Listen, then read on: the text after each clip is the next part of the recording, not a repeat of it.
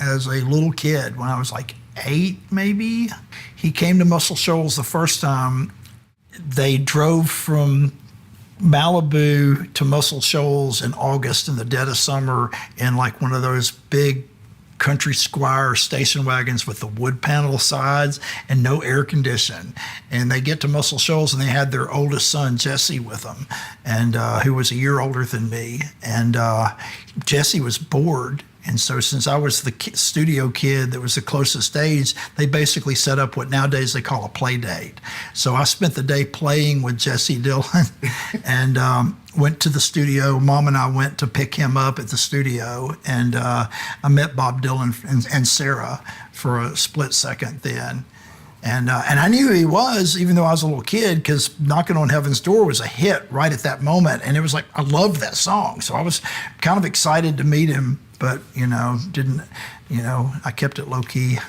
Did your dad share any stories about his memories of that? He said Bob Dylan wouldn't talk to anybody.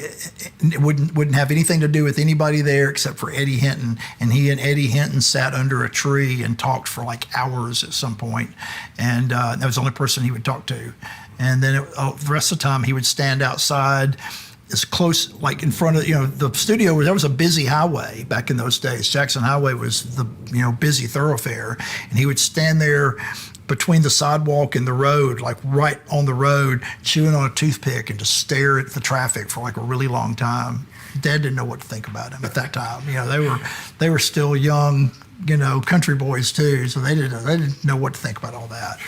But he came back in '79 and did Slow Train, and then came back the next year and did Saved there, and at the new studio that they built. And I don't know if Dad really interacted with them much or not, though. I don't really know. I didn't. Your dad was on those albums, though? He didn't play on them. I don't think he played on anything with them. Barry Beckett produced Slow Train and Saved, and he was Dad's partner, and he played on them.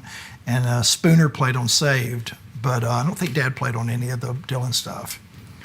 And Mark Knopfler was there, and Pick Withers, I think, played on that too, maybe. On at least one of those.